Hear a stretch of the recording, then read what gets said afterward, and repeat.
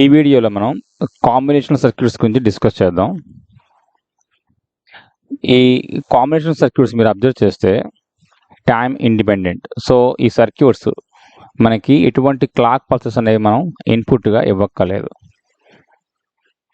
So ఇది combination circuit అనుకుంటే ఒక ఇన్పుట్ ఒక అవుట్పుట్ ఉంటుంది అంతే. Output and input. అవుట్పుట్ అనేది మనం అబ్జర్వ్ చేస్తే ఓన్లీ ప్రెజెంట్ ఇన్పుట్ మీద మాత్రమే డిపెండెన్సీ ఉంటుంది. ఇన్పుట్ ఏ టైం దగ్గర మనం ఇస్తున్నామో అదే టైంలో మనకి అవుట్పుట్ వచ్చేస్తుందండి. సో ఎప్పుడైతే మనకి టైం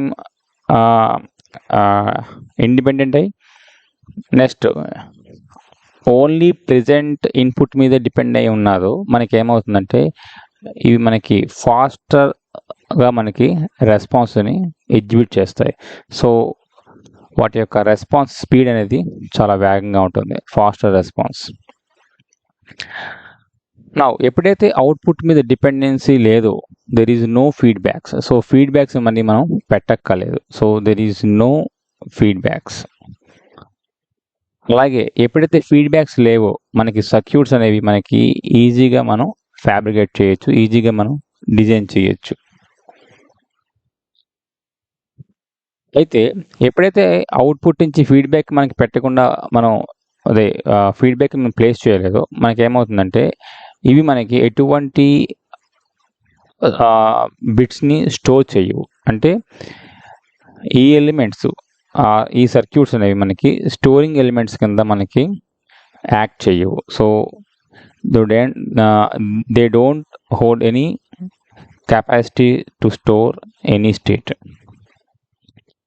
క్లాక్ పల్స్ మనం ఇన్పుట్గా ఇవ్వట్లేదు కాబట్టి there is no requirement of triggering circuits.